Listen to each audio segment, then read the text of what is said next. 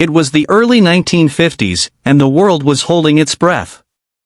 The Cold War had turned the skies into a battleground of innovation, where speed and altitude meant survival.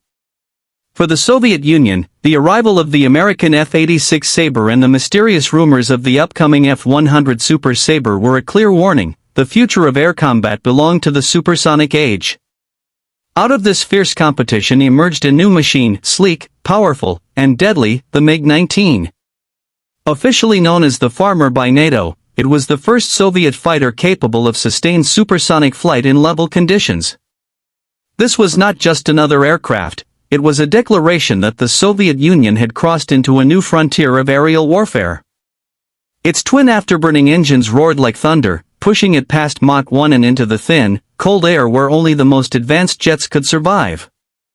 For the first time, Soviet pilots could look down on the sound barrier and know that they, too, had conquered it. The creation of the MiG-19 was more than just a technological breakthrough, it was a direct response to Western advancements. During the Korean War, the MiG-15 had earned global fame for its battles against the F-86 Sabre, proving that Soviet design could match American engineering. But by the mid-1950s, that balance was shifting. The United States had introduced the F-100 Super Sabre, capable of breaking the sound barrier in level flight. The Soviets needed an answer, fast.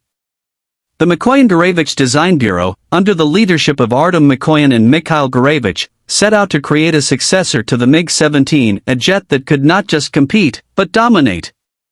They began with the MiG-17's swept-wing design and pushed it further, introducing twin Tumansky RD-9 engines and a new fuselage optimized for supersonic flight. The MiG-19 became the world's first mass-produced supersonic fighter, a symbol of industrial determination and Soviet pride.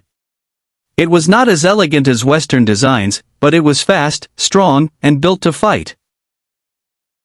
Building a supersonic jet was no simple feat. The transition from subsonic to supersonic flight introduced new aerodynamic challenges that no Soviet engineer had faced before. Shockwaves, control instability, and extreme heat threatened to tear the aircraft apart at high speeds. To overcome this, Mikoyan's team experimented with different wing configurations, engine placements, and control systems until they found the balance between stability and performance.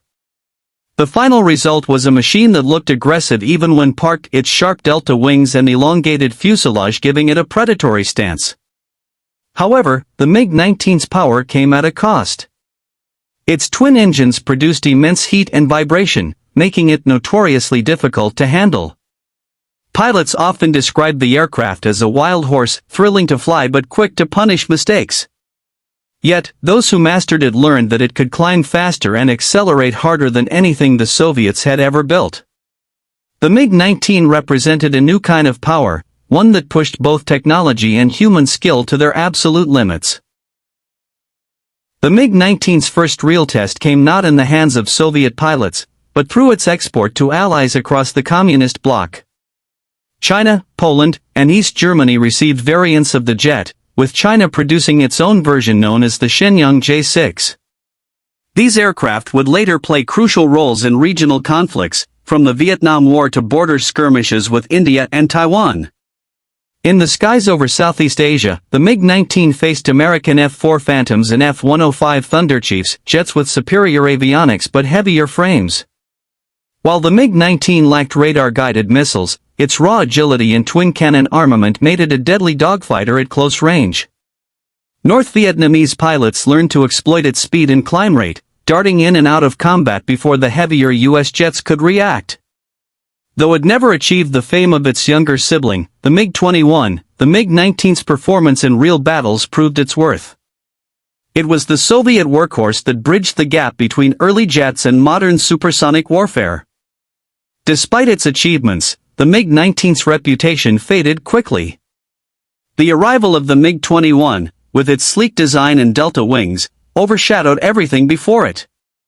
The MiG-19 was seen as a transitional model, a step between two eras, rather than a legend in its own right. Yet this underestimation ignores its significance.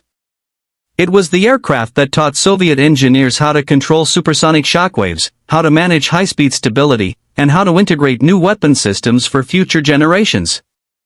Without the MiG-19, the MiG-21 could not have existed. It also proved that the Soviet Union could produce a fighter that matched Western jets not just in theory, but in combat readiness. In many ways, the MiG-19 was the unsung hero of the Cold War, a silent pioneer whose lessons would echo through every Soviet fighter that followed. Long after its debut, the MiG-19 continued to fly under different flags. China's J-6 variant became one of the most produced jet fighters in history, with over 3,000 built and exported worldwide. It served in Pakistan, North Korea, Egypt, and even Albania, often fighting wars far removed from its Soviet origins. In the hands of skilled pilots, it remained a formidable threat well into the 1980s. For developing nations, the MiG-19 represented something more than a weapon. It was a symbol of independence, a chance to stand on equal ground with superpowers. Even today, a handful of JSAXs are believed to remain operational for training and target practice. Few aircraft have managed to live as long or serve as widely as this one. While newer jets like the MiG-29 and Su-27 dominate the skies, the MiG-19's DNA lives on in the design philosophy that made Soviet aviation legendary: simplicity, strength, and speed above all else. Today, the MiG-19 stands as a relic of the moment when humanity first truly broke free of its limits. Its roar marked the birth of supersonic dominance, and its influence can still be traced in every jet that followed. While museums may house its rusting frames and airshows may rarely mention its name, the MiG-19 remains one of aviation's most important milestones.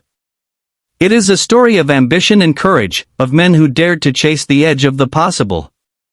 For every F-86, F-100, or Mirage that flew faster, there was a MiG-19 chasing close behind, proving that the Soviet dream of mastery in the skies was not just propaganda, but power made real. And so, as the sun sets over the Cold War's forgotten battlefields, the question lingers: did the MiG-19 get the recognition it deserved?